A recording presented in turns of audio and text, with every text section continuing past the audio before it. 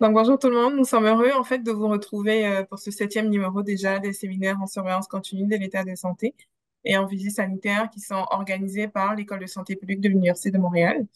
Ce mois-ci, nous aurions donc exceptionnellement deux séminaires, donc en raison du report du séminaire du mois de mars que nous tenons donc aujourd'hui.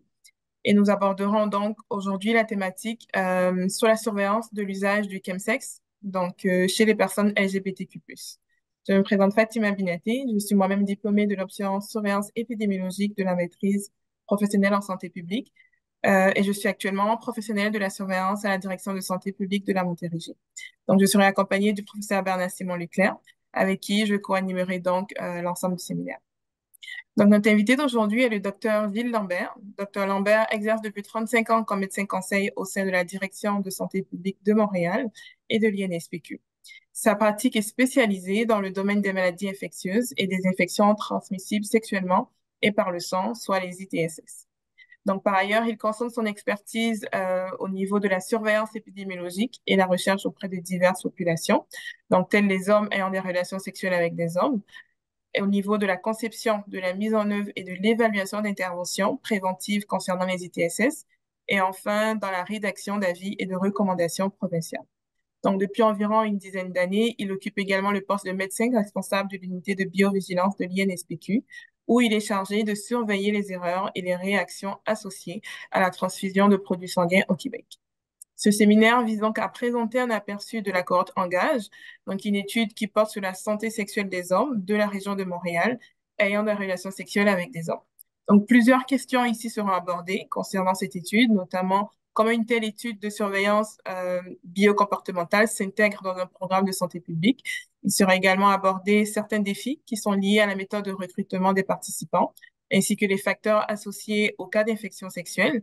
Et nous examinerons, entre autres, le rôle que joue la consommation de certaines substances psychoactives lors des relations sexuelles, donc ici nommé chemsex, en tant que facteur de risque.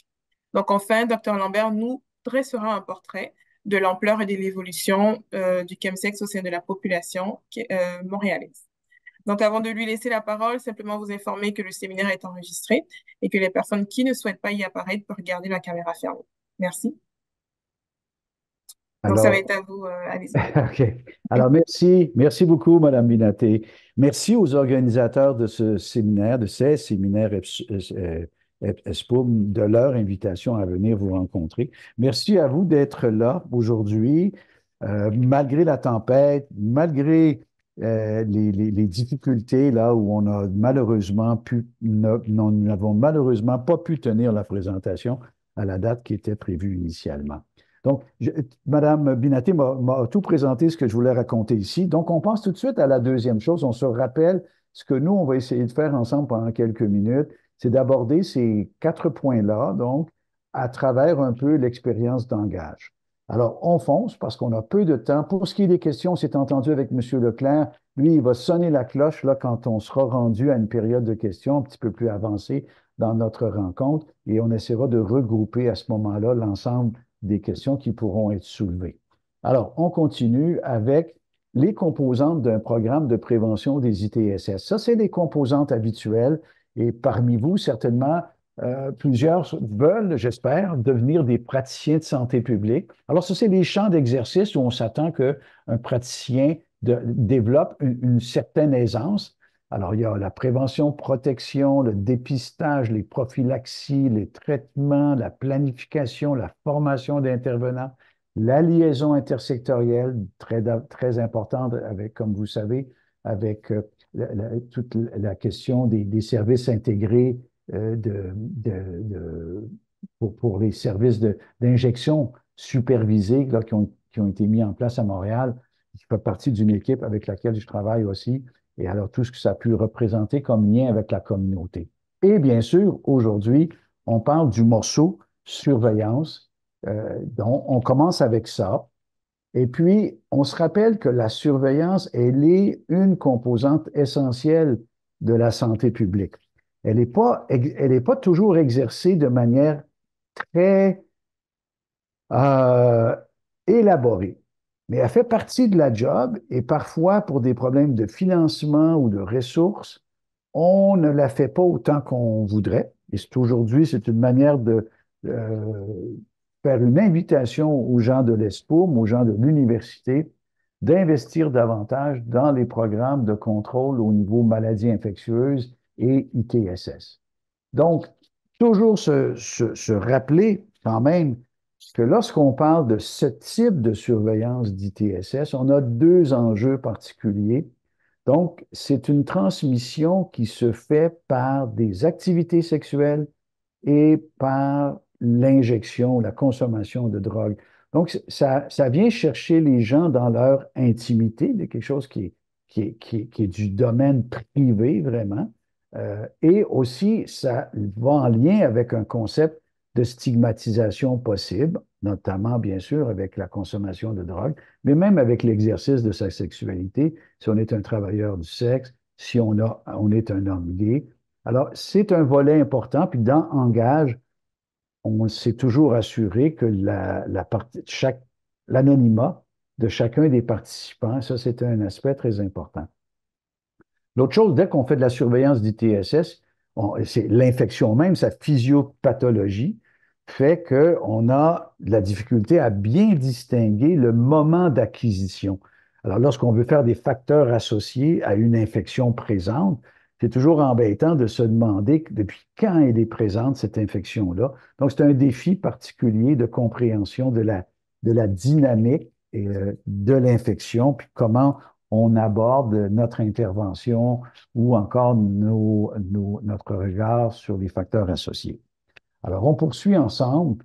C'est quoi nos sources d'information à la santé publique par rapport aux ITSS? Alors, il y a des choses là-dedans dans votre formation, vous les avez déjà suivies. La base qu'on fait, c'est évidemment le MADO, mais le MADO, ça nous donne un âge, un sexe puis un code postal. C'est ça qu'on appelle la VAGI de base. Donc, ça te donne un peu une idée, là, mais c'est pas très détaillé. Ce qu'on fait à l'occasion, on l'a fait récemment pour la lymphogranulomatose vénérienne, qui est une forme d'infection à chlamydia. Là, on faisait une vigie rehaussée où on faisait une enquête un peu plus approfondie avec la personne au sujet duquel là, il y avait une déclaration de LGV qui était faite. Comme vous savez, tous les laboratoires québécois sont tenus de déclarer ce qu'on appelle des MADO.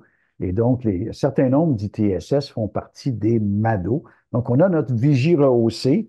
On comprendra justement l'enjeu de tout à l'heure. C'est facile de faire une vigie rehaussée pour le problème de rougeole à laquelle on est confronté, notamment à Montréal actuellement. Parce qu'un papa puis une maman, on veut savoir qu'est-ce qui s'est passé, qu'est-ce que où l'enfant a été, avec quel petit camarade il s'est tenu.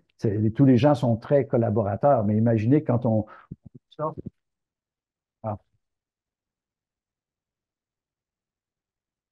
pardonnez-moi, lorsqu'on fait ça pour un cas de gonorrhée, c'est pas du tout la même chose. Alors, on a nos MADO de base, on a nos MADO rehaussés, on a des réseaux sentinelles, comme on a suivi avec des cliniciens récemment, la Gono. On a nos enquêtes populationnelles qui sont très utiles, entre autres pour le travail d'aujourd'hui sur Engage.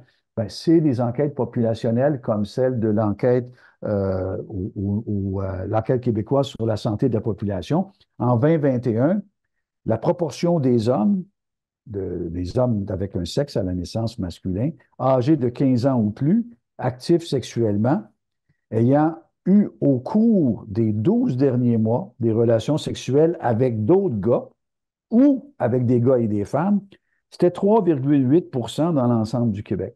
Donc, ça nous donne une taille de notre population qui nous intéresse. 3,8 au Québec. Comme nous, notre étude apportait à Montréal, les données de l'enquête Québec, c'est 6.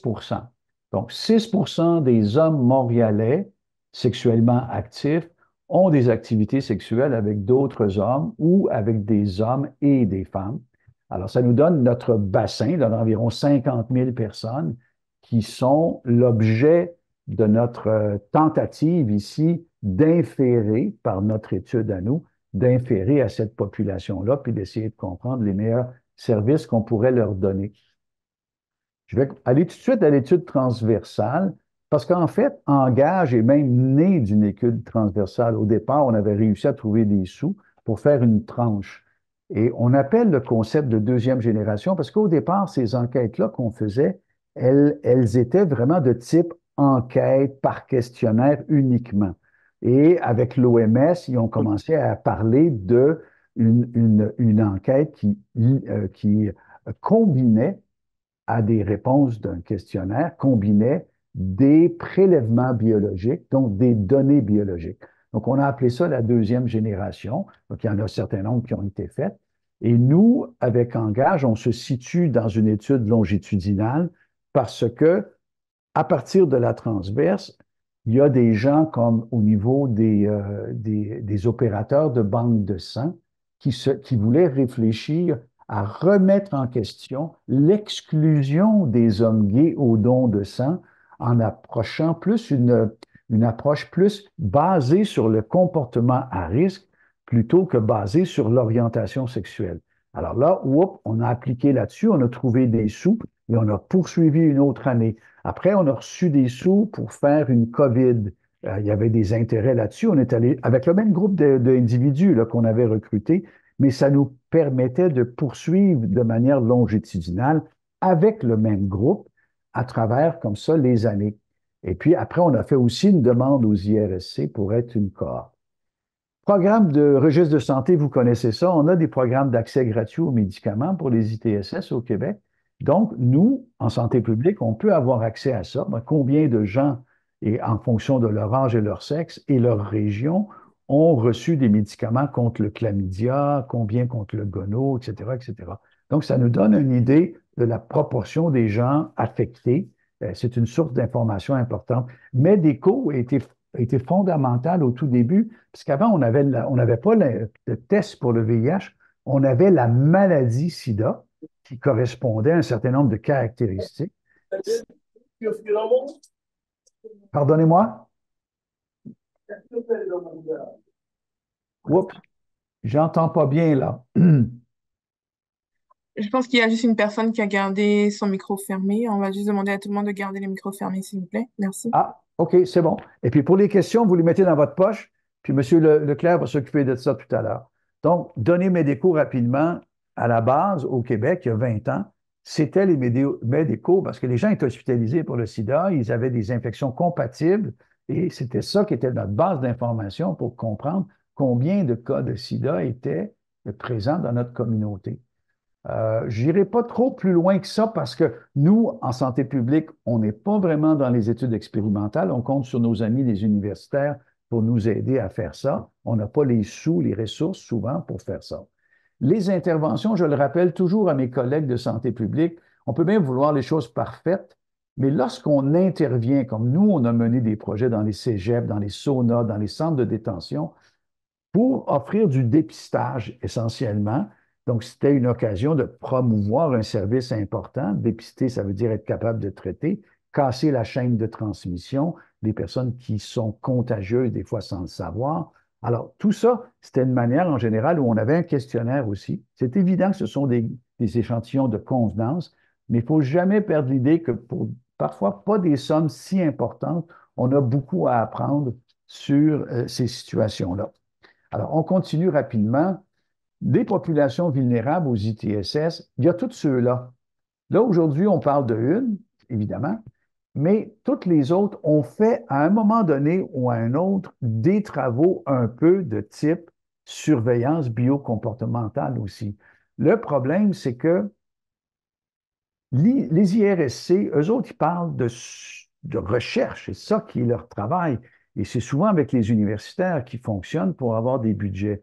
Donc, lorsque nous, on arrive avec une approche qui est plutôt descriptive, exploratoire, de compréhension, de suivi d'indicateurs classiques, comme ceux qu'utilise l'OMS, pour juger de l'évolution de certaines prises de risques parmi la communauté, des choses comme ça, eux autres, ils vont regarder ça plus comme de la surveillance classique.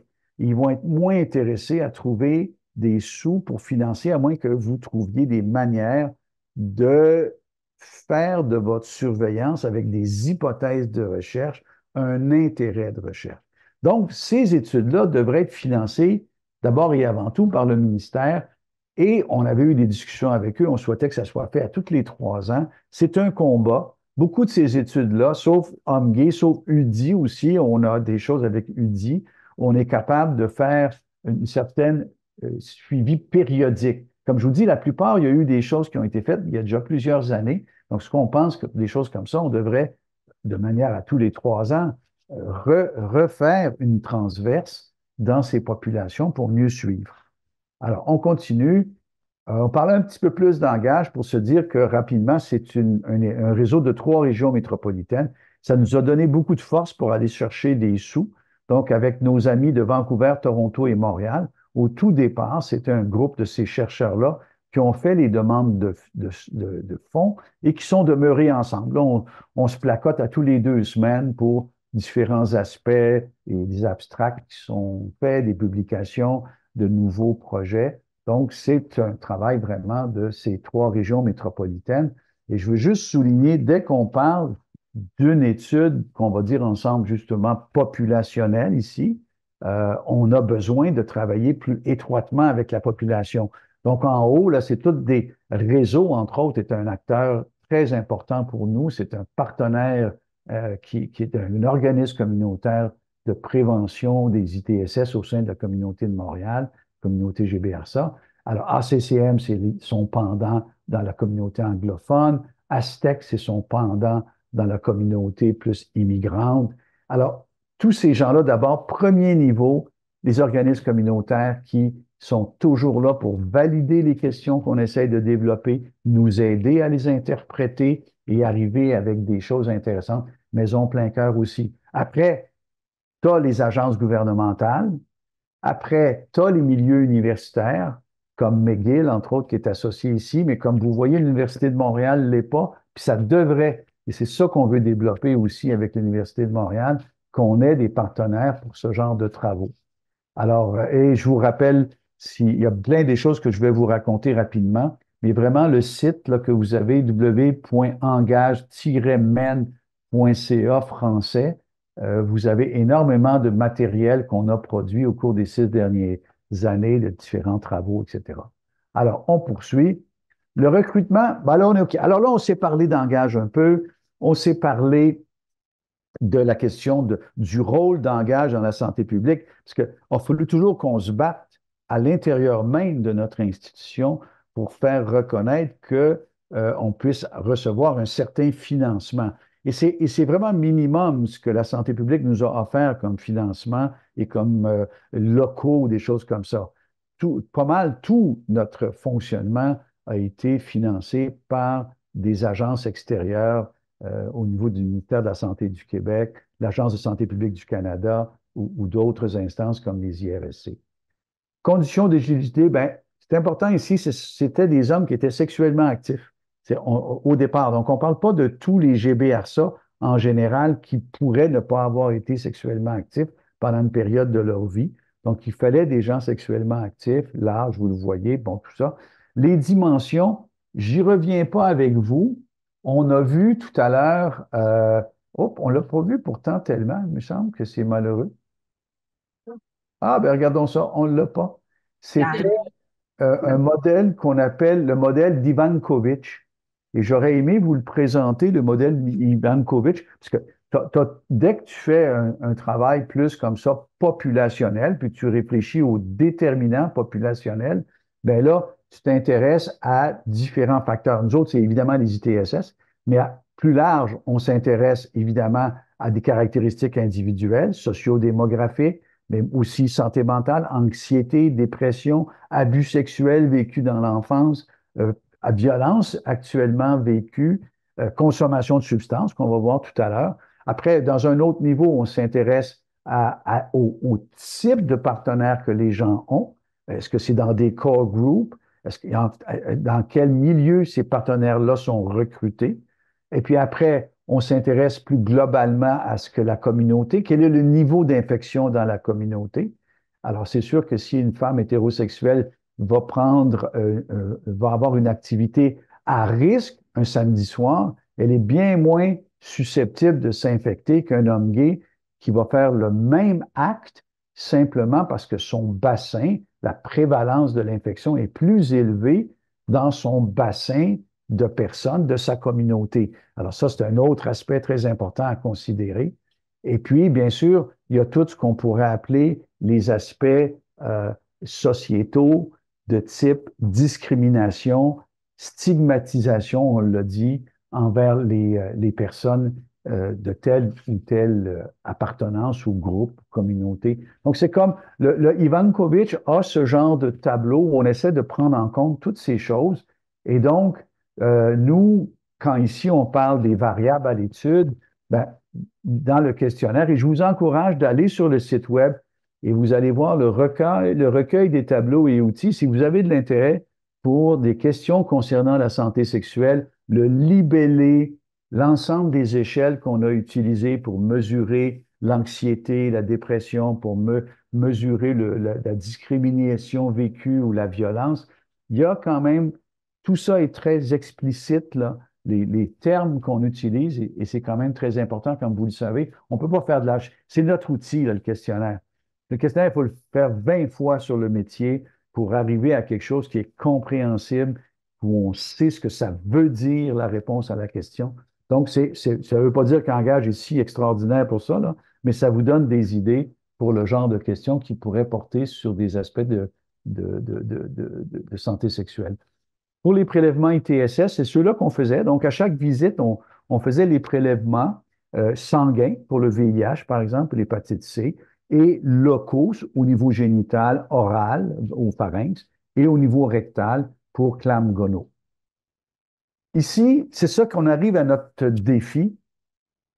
C'est d'échantiller une population difficile à rejoindre pour pouvoir arriver à rendre compte de manière représentative, que nos données soient représentatives de notre population. Alors, en général, dans les travaux sur les personnes, les GBRSA ou d'autres personnes qui ont des difficultés ou qui ont des ITSS, c'est qu'on va aller travailler avec les cliniques médicales, les cliniques de santé sexuelle, mais c'est sûr que c'est de la convenance et c'est pas toujours évident on peut pas généraliser en fait à ces comportements-là. Et donc, c'est assez rare, malgré que ça devrait être plus fréquent, c'est assez rare qu'on a fait au Canada et au Québec des études de type plutôt populationnel plutôt que clinic-based. Alors, ça, c'en est une. Ici, on a travaillé avec un concept de recrutement en chaîne. Alors, tout simplement, c'est que on va identifier les petits. Voyons. J'ai des petits problèmes avec mes haut-parleurs. Alors, on va identifier des petits personnages noirs. Ça, ce petit personnage noir-là, ça correspond à ce qu'on appelle nos racines, ou en anglais, on va dire des seeds. Ce sont des gens que nous essayons de recruter activement en parlant avec des gens de la communauté. On cherche des gens de différents groupes d'âge, on cherche des gens qui sont de statut VIH positif ou pas positif, qui ont différents autres aspects comme, par exemple, le niveau socio-économique, le niveau d'éducation. Donc, on essaie de trouver une variété et nous, on avait donc identifié 27 seeds. Si vous allez voir au niveau de l'OMS, il y a des guides sur ce concept de RDS, le Respondent Driven Sampling. Alors là, où on voit un petit peu. Donc, 27, en général, tu ne vas pas recruter 300 seeds parce que là, tu n'es plus aléatoire, tu les as choisis, tes 300. Donc, tu ne laisses pas le côté aléatoire se nourrir. Donc, idéalement, on ne veut pas avoir trop de seeds. On les choisit justement, puis il y a différents styles qui représentent le ethnoculturel, par exemple. Alors, de différents groupes ethniques, on va essayer d'avoir ces seeds-là. Et là, on leur donne des coupons. On les recrute formellement. C'est environ, nous, on remettait environ un 45 pour participer à l'étude. Et chacun des personnes que notre seed recrutait, il recevait un 15 de plus. Alors lui, il part, on lui donne 6 coupons, il part, et puis il identifie des gens dans son réseau social et il leur donne un coupon. La personne ne peut jamais venir à l'étude, on avait un local au centre-ville, sans avoir son coupon. Donc c'était comme une manière de contrôle et c'était aussi sur une manière de bien voir la chaîne de lien entre les différentes personnes. Alors, la deuxième étape, c'est les petits messieurs en vert, ils se retrouvent avec des coupons, puis ils les partagent eux autres aussi. Et donc, ça fait ce concept de chaîne. Et donc, nous, on avait, on avait, selon nos objectifs de recherche, pour avoir un peu de capacité de précision dans nos analyses, on visait là, 1200 personnes et on en a recruté 1200 sur un processus qui est quand même long, 16 mois. Et puis, nos amis de Toronto, lui, eux, ont pris jusqu'à 2 ans et demi pour arriver à des moindres nombres de personnes recrutées. Donc, on poursuit ici. Juste pour vous donner une image, c'est que là, je vous ai parlé de le RDS. OK, le Respondent Driven. Ici, on a une autre approche, toujours pour essayer de trouver, d'être capable d'avoir une représentativité. Donc, on fait ce qu'on appelle un échantillonnage temps-lieu. C'est ce que nous, on a fait avec Argus avant Engage. Joseph, qui est le co-chercheur avec moi d'Engage, on avait fait Argus. Et là, on faisait comme une cartographie de tous les endroits à Montréal où peuvent être des hommes gays. Ça peut être des clubs sportifs, des clubs de nage, des clubs de ping-pong qui sont fréquentés par les hommes GBRSA, ou les cliniques, évidemment, les bars, les saunas, les discothèques, donc un ensemble de lieux. Et là, on faisait un espèce de choix de ces lieux-là et après, dans les lieux, mettons c'est un bar, on va faire un choix de une personne sur deux qui se présente dans le bar, où on va s'adresser aux gens qui fréquentent une table, qui sont présents à une table. Alors, on essaie d'avoir une approche probabiliste. Enfin, c'est boiteux, mais c'est une manière de dire, ben, on a donné à chaque GBRSA de Montréal la chance, l'opportunité d'être un répondant.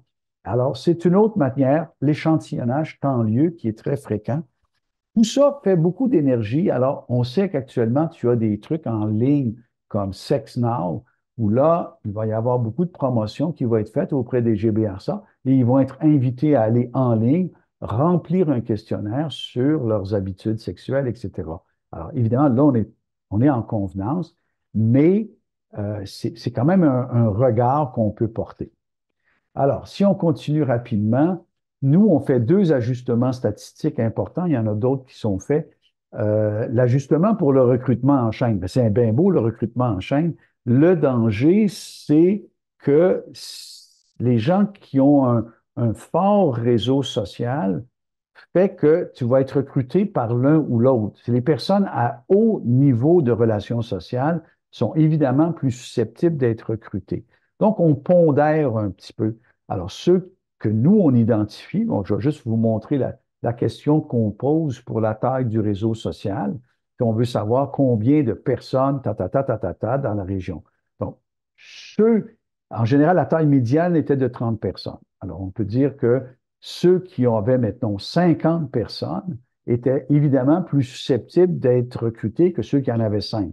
Donc, on donne un certain poids, on élève le poids pour les personnes qui ont moins une moindre taille de réseau social. Donc, je reviens sur l'ajustement pour la perte de vue. C'est une cohorte, hein, ça s'est transformé d'une transverse à une étude longitudinale. On a perdu du monde, on a perdu à peu près 15 sur les 6 ans. Et donc, là, c'est une manière encore de faire du poids. On essaie de voir ceux qui restent, quels sont parmi ceux qui restent, ceux qui avaient pas mal les caractéristiques de ceux qu'on a perdus. Et donc, on va donner à ceux qui restent, qui avaient des caractéristiques semblables à ceux qu'on a perdus, on va leur donner un peu plus de poids pour qu'ils compensent les gens qu'on a perdus. Alors, je ne vais pas plus loin que là-dessus pour le moment, mais c'est des choses qui sont importantes à faire ici. On continue. Là, on arrive à nos infections. Donc, je vous parle juste de quelques-unes. En rouge, vous allez voir chaque fois que je présente un petit tableau, en rouge, c'est simplement, on a nos 4 périodes, OK? Alors, nos quatre périodes, nous, on a divisé notre 6 ans d'observation en 4 périodes de 16 mois, deux qui se sont situées avant la période COVID, période 1 et période 2. Période 3, bang, la COVID arrive. Période 4, on est un petit peu en effet post-COVID, mais on est encore affecté. Et on se rend compte ici que, whoop, effectivement, on avait un trend en montant avec la période pré-COVID. En rouge, ce sont nos niveaux élevés d'infection. Et souvent dans la communauté, on va dire ce sont les jeunes gens hétérosexuels, 14, 15, 24 ans, qui sont les plus affectés par chlamydia. En termes de nombre absolu, c'est bien vrai, puisque la population hétérosexuelle est très élevée. Mais en termes de prévalence vraiment au sein de la population, nous, on a fait des travaux chez les jeunes gens de 15-24 ans, puis on trouvait des prévalences de 2 ou 3. Alors qu'ici, comme vous voyez, parmi la population des GBRSA, on a du 6 de chlamydia. Donc, de manière générale, les GBRSA sont beaucoup plus affectés par les ITSS bactériennes courantes, celles que nous avons devant nous, euh, tout comme ils ne sont plus affectés par l'infection VIH. Alors ici, on observe un phénomène aussi qu'on voit dans les cas déclarés de MADO, dont on parlait tout à l'heure. Alors, on a une espèce de croissance en période pré-pandémique. En période pandémique même, ça descend beaucoup. Les gens ne font pas de tests, ils n'ont pas de service de santé. La pandémie, on se rappelle, c'est une chape de plomb qui est tombée. On ne rencontre plus de monde. Donc, définitivement, il y a une baisse qui se poursuit, enfin, ou qui survient aussi à la période 21-23, là. Et alors que dans les données de Mado, on sent une recrudescence déjà dans cette période. Donc, on peut croire qu'il y aura un effet rebond, mais peut-être plus progressif. Je vais pas aller plus loin pour ça parce que je ne veux pas vous perdre non plus. Comme celui-là non plus, on le verra si vous voulez. C'est juste pour vous dire que oui, on faisait le virus du papillome humain. On avait reçu quelques données pour ça. On l'a fait une seule fois à la première visite et on voit que c'est quand même près de 50 des gars qui ont un VPH à haut risque de cancer.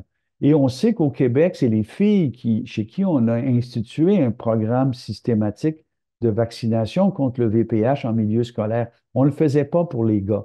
Et donc, c'est maintenant différent. Là, je vous parle des 30 ans et moins.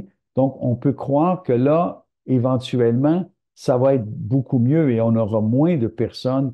Ce ne sera plus un 49, là, les gens de 30 ans qui auront pu être vaccinés avant le début de leurs activités sexuelles et qui n'auront pas ces VPH à haut risque qu'ils auront contractés en bas âge. Alors, ici, une autre information sur la prévalence de l'immunodéficience humaine, qui est quand même un moteur important de tout ça.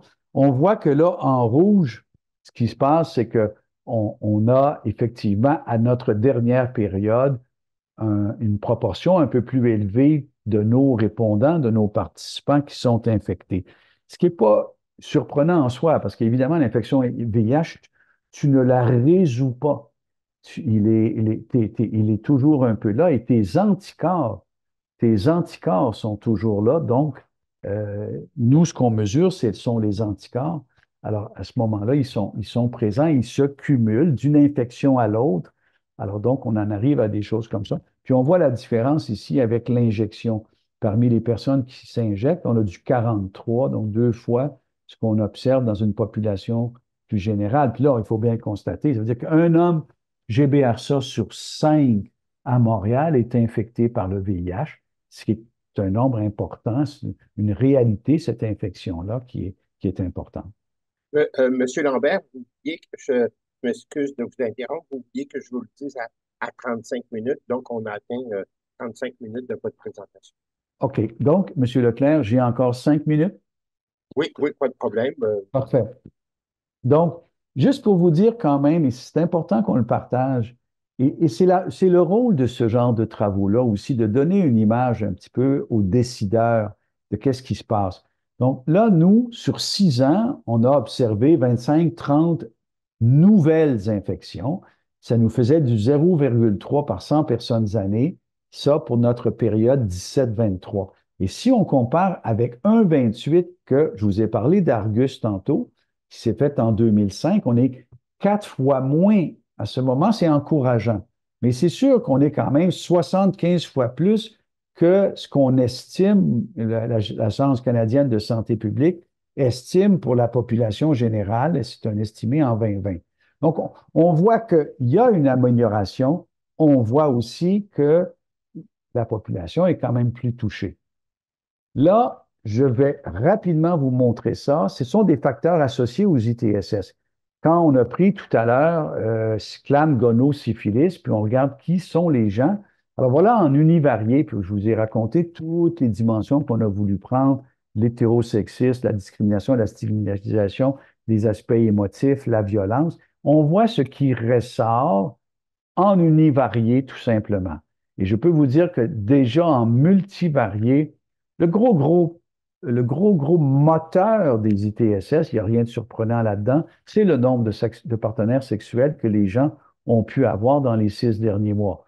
Alors que, et c'est graduel, que tu sois à 0, 1, à 2, 5, c'est plus, à 6, c'est plus, à 6, 10, c'est plus, puis à 11, plus, c'est plus au niveau de ton risque.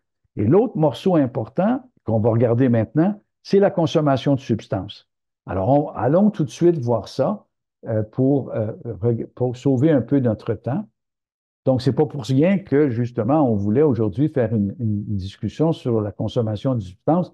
C'est que, en parallèle avec le nombre de partenaires, c'est l'autre moteur des ITSS. Donc, l'injection de drogue, on voit ici, l'injection de drogue 7% avant la période pandémique, c'est beaucoup. Si on fait une comparaison, la population générale, c'est peut-être beaucoup plus autour de 2 à 3%. Donc, la proportion des hommes GBRSA qui rapportent une consommation par injection de drogue non médicale est assez importante, vraiment, et plus importante que dans la population générale.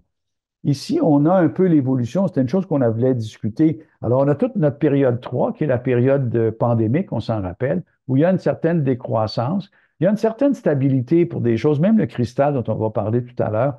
Il va peut-être avoir une reprise parce qu'en période 2, on avait eu une croissance quand même. Alors, est-ce qu'on se retrouvera avec une nouvelle croissance en période plus tard? Nous, notre étude est terminée, donc il n'y aura pas une période 5. Sauf qu'on a reçu des sous pour faire ce qu'on appelle un engage 2.0, qui va être une étude transverse qu'on va faire à partir de septembre prochain pour la collecte. Et ça va nous donner une poursuite de notre regard. Mais on voit Cristal, qui est quand même relativement stable ici, et on voit que cocaïne et ecstasy. Et d'ailleurs, ah ouais, ici, le chemsex, je voulais juste vous le rappeler, le chemsex, c'est quoi? C'est d'utiliser des produits chimiques quand on a du sexe. Certaines personnes vont dire que du Viagra, c'est du chemsex. D'autres vont dire que des poppers, ça fait partie du chemsex. D'autres vont dire que la cocaïne aussi, ça fait partie du chemsex. Plus classiquement, ce sont les 4 produits que vous avez là, cristal, GHB, MDMA, ecstasy et kétamine, qui sont classiquement ce qu'on va définir comme le chemsex. Et là-dedans, c'est le cristal meth qui est le gros driver du problème ITSS, entre autres. Et ici, on voit un petit peu qu'est-ce que c'est là, c'est chemsex. Et tu vois que tu as un gars sur 5, là, grosso modo, qui a fait l'usage de chemsex avec une fois ou plus, avec au moins un de ses derniers partenaires au cours des 6 derniers mois. Alors, il ne s'agit pas ici d'avoir un gros move, on a l'impression d'une certaine stabilité quand même, mais le nombre est important et on voit que parmi les personnes qui vivent avec le VIH, on a une consommation presque le double de personnes qui disent avoir utilisé du chemsex au moins une fois avec un de leurs 5 derniers partenaires. Donc, c'est pour mentionner l'importance du phénomène. C'est pas un petit phénomène. Je voulais juste vous montrer quand même. OK, ça c'est bon. Et ici, on est toujours dans le. Maintenant, excuse-moi, on est dans le cristal. OK? Et dans le cristal, ce que je voulais vous faire voir, c'était la croissance. Prenons le truc en bas à 28. Donc, 28 par rapport aux périodes précédentes, ça, c'est la proportion parmi ceux qui rapportent l'usage du cristal qui maintenant rapportent l'utiliser une fois ou plus par jour. Donc, ça veut dire que la consommation plus importante, une fois et demie par jour, parce que tu vois, une fois par mois, c'est en haut, c'est ton 12 en haut. 12, 13, 15, là. Donc, ça, c'est les gars qui disent, je ferai du chemsex environ une fois, là, comme ça, par dans les 6 mois, au moins une fois. Et là, on voit très bien avec le 28 l'importance d'une consommation plus importante parmi ceux qui consomment au moins une fois dans les 6 mois. Et on voit l'injection du cristal ça, c'est un gros problème aussi, parce que ce sont de nouveaux injecteurs moins familiers avec la protection en lien avec l'injection. Et ça nous préoccupe aussi, ce phénomène de l'injection de cristal. Ici, on s'est intéressé au concept de taux de nouveaux injecteurs. Ça nous donne un 1,8 personnes par 100 personnes année.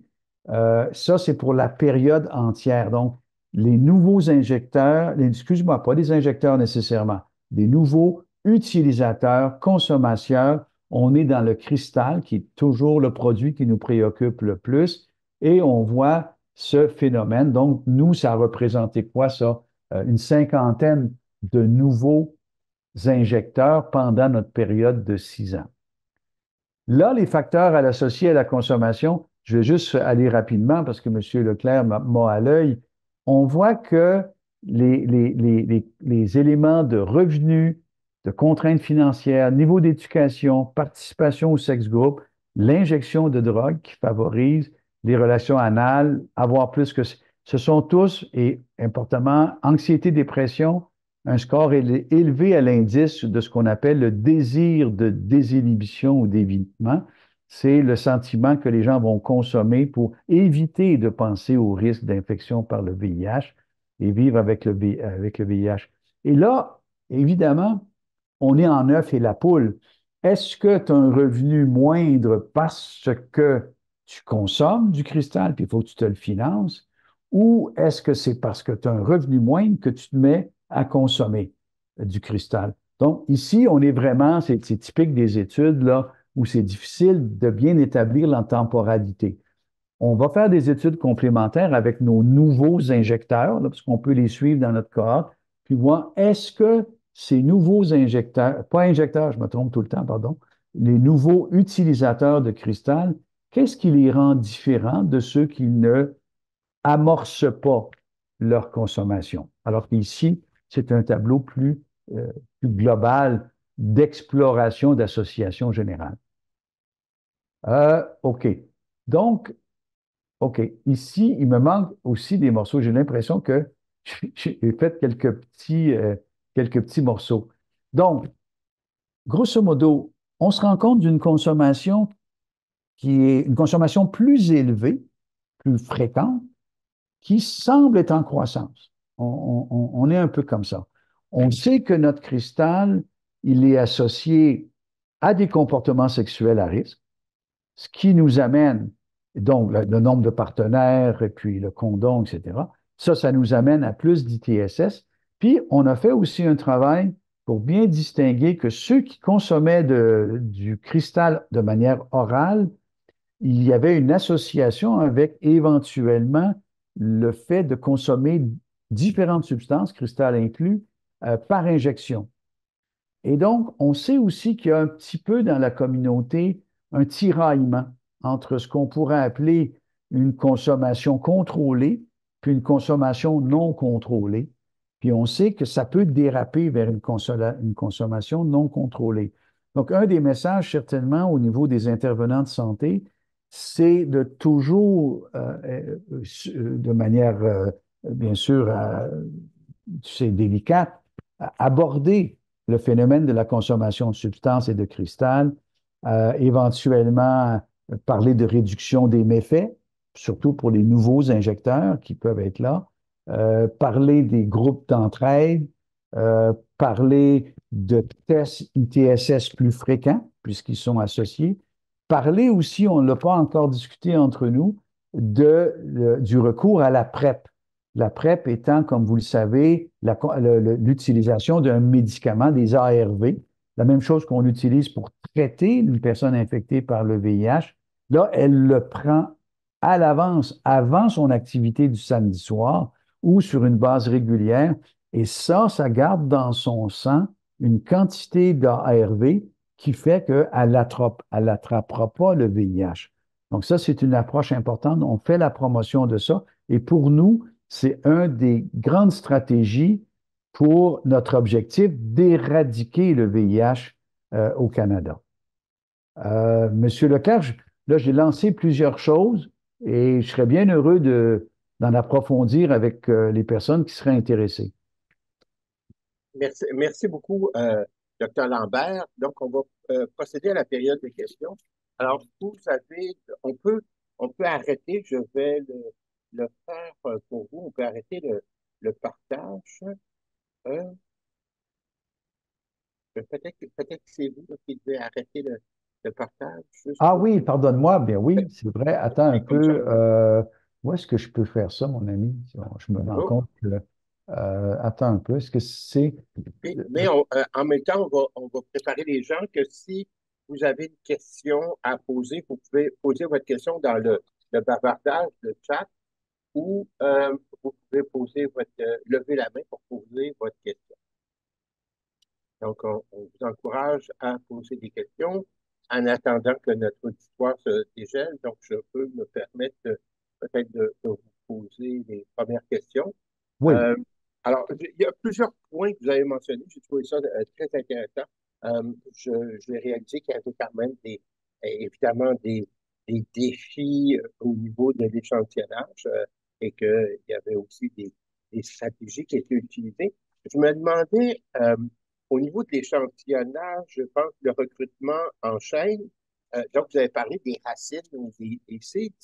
Est-ce que est-ce qu'il y a je me demandais s'il y avait une tendance donc à ce que les sites recrutent des gens qui finalement pouvaient leur ressembler. Est-ce qu'il y avait une certaine, comme même si vous cherchiez à avoir une certaine diversification au niveau des sites, est-ce qu'à l'intérieur de l'embranchement de chaque site, il pourrait avoir une certaine homogénéisation? oui, non, vous avez raison. Puis ça, c'est un danger, effectivement. Nous, on avait fait comme des petites sous-études là-dessus pour se rendre compte que c'était correct. On n'était pas trop embêté par ce phénomène d'homogénéisation. C'est sûr que on s'attend à ce que quelqu'un choisisse dans une première génération, va choisir des personnes plus proches. Et on part du principe que la deuxième génération, tu vas y avoir une petite plus grande variété. Et à mesure de la poursuite de la chaîne, en général, nous, on a observé comme ensemble, c'est comme 6 générations qui avaient pu être complétées. Donc, on suppose que oui, effectivement, on s'éloigne. Mais c'est un danger. C'est un danger toujours. Donc, c'est pour ça qu'on essaie aussi d'avoir des seeds qui ont différentes caractéristiques, en sachant bien que leur premier regard, leur première génération va être assez proche d'eux. Mais on compte sur cette deuxième, troisième, quatrième génération. Merci beaucoup. Vous avez abordé les notions de donc euh, plus, si je me souviens bien, donc plus d'infections, euh, de, de différents problèmes avec l'augmentation du nombre de partenaires sexuels. Est-ce qu'il faut, on conclut de un peu la même chose, plus de problèmes chez les consommateurs de chemsex? Donc, par exemple, l'augmentation du nombre de partenaires sexuels va dans le même sens que la diminution de l'utilisation de moyens de protection ou de Oui. comportements plus sécuritaires. Oui, j'ai un collègue, parce que comme on le disait tout à l'heure, on a 3 équipes là. J'ai un collègue qui s'est préoccupé de faire une espèce d'étude de classe pour, euh, pour classer les différents patterns de consommation du cristal. Et vous avez raison, les gens de la classe 4, mettons, qui sont considérés comme de plus grands consommateurs, étaient également ceux qui avaient plus de partenaires, moins de condoms et plus d'ITSS. Donc, il y a effectivement une forme là, de lien entre la catégorie de consommation et la conséquence. Oui, c'est bien compréhensible. Et un autre résultat qui m'a surpris un peu, c'était que donc il y avait quand même 50% de votre échantillonnage, si je ne me trompe pas, 50% qui étaient des VPH au risque de cancer. Donc ça, le, il faut comprendre aussi que donc ces personnes-là ont aussi des risques accrus de transmission de problèmes de VPH à d'autres garçons et également à des filles, là, si jamais ils ont des relations Abso- également avec des filles. Absolument. Mais bien une chose, le VPH, il peut avoir une évolution avec une certaine forme de résolution spontanée. Et par contre, il peut y avoir du shedding, c'est-à-dire qu'il va y avoir, pour toutes sortes de raisons, pendant un certain moment, une, une, une, une, une transmission du virus. Le virus va être présent au niveau des organes génitaux, puis il peut être transmissible. Mais un bon nombre de gens qui ont été en contact avec le VPH. Il faut comprendre aussi que le VPH, ça va parfois juste donner un condylome et il y aura résolution et tout ça. C'est-à-dire que le VPH, il est là, on peut toujours le détecter, mais il n'est pas nécessairement en niveau de transmission. Mais vous avez raison, il reste qu'il y a un potentiel. La même chose pour le potentiel de certains VPH d'évoluer vers une transformation cellulaire cancéreuse, il est plus associé à certains des VPH qu'on a observés chez quand même 50% des gens. Ça ne veut pas dire que ces gens-là ne vont pas se débarrasser aussi de ce virus-là, là. Et donc, on part du principe que c'est possible de s'en débarrasser, mais il faut surtout suivre bien ces gens-là pour s'assurer qu'au niveau cellulaire, on fasse des prélèvements, puis là, on voit s'il y a évolution ou non vers un cancer, et là, qu'on fasse une intervention. Merci beaucoup. Donc, on a une question un peu de Breuil qui nous pose la question. Est-ce que les GB-ARSA sont plus susceptibles de consommer les chemsex par rapport au reste de la population? Ouais, écoutez, c'est une bien bonne question. J'aurais aimé me la documenter avant notre rencontre d'aujourd'hui. Euh, je crois que le chemsex, il faut le voir comme un phénomène qui est important parmi les GBRSA. À mon sentiment, et peut-être que je me trompe, il est nettement plus important. Tu vois, écoute, on a parlé de 20% du monde qui l'ont fait au moins une fois dans les 6 derniers mois. Je ne pense pas que la population hétérosexuelle ait ce niveau de prévalence de consommation. Définitivement pas. Il est probable qu'à l'intérieur de la population hétérosexuelle, il y a des sous-groupes qui consomment du cristal, c'est évident. Mais je ne crois pas que ça atteigne ces proportions-là. Non, définitivement. Breuil nous pose aussi la question, est-ce que le recrutement en chaîne est similaire au recrutement par réseau? Ah ben écoutez, j'aimerais ça que Brun m'explique ça. Pour moi, je ne connais pas le recrutement qu'on appelle par réseau, parce que ici, la chaîne, elle est presque au niveau individuel. Mettons, Georges, qui, lui, se retrouve avec 6 coupons, se retrouve finalement à avoir été mobilisé par nos infirmières, notre personnel, avec on compte sur lui pour qu'il remette des coupons à 6 personnes de son entourage. Et il va probablement les choisir parce qu'il croit que ces personnes-là vont être mobilisables puis ils vont venir. Mais tu sais, alors ça, pour moi, c'est pas tout à fait un réseau. C'est comme je construis un réseau parce que bon, c'est mon réseau de relations sociales, ça, je suis d'accord. Mais c'est pas un réseau comme je débarque dans un sauna, tu vois, qui pourrait être constitué comme un sauna, comme une clientèle. Et là, je donne mes 6 coupons aux 6 gars du sauna. Et donc là, ce serait un réseau plus informel. Vous voyez la différence que je veux faire. Oui, très bien. Donc, je vois Fatima qui a ouvert sa caméra. Donc, je pense qu'il y a un signal qui est là. Je pense qu'on va être obligé de conclure. Alors, je vais laisser la parole à Fatima pour le mot de la fin. Merci Bernard Simon. Ben, déjà, un grand merci à Dr Lambert pour votre présentation qui était très intéressante. Merci également à toutes les personnes qui étaient présentes aujourd'hui, que vous soyez étudiantes ou professionnelles en exercice. Merci à nos deux organisatrices, donc Mesdames Chantal Liot et Emmanuel Dufaux, donc qui sont conseillères en communication à l'École de santé publique et qui sont responsables en fait de la promotion et de l'organisation de nos séminaires. Donc, nous vous donnons rendez-vous pour notre prochain séminaire qui aura lieu le 12 avril, qui portera sur les systèmes de surveillance des eaux usées au Québec. Donc, nous vous souhaitons une agréable fin de journée, malgré une météo qu'on aurait voulu autrement, j'imagine. Donc, c'est ce qui conclut notre séminaire d'aujourd'hui et puis on se dit à bientôt. Merci encore.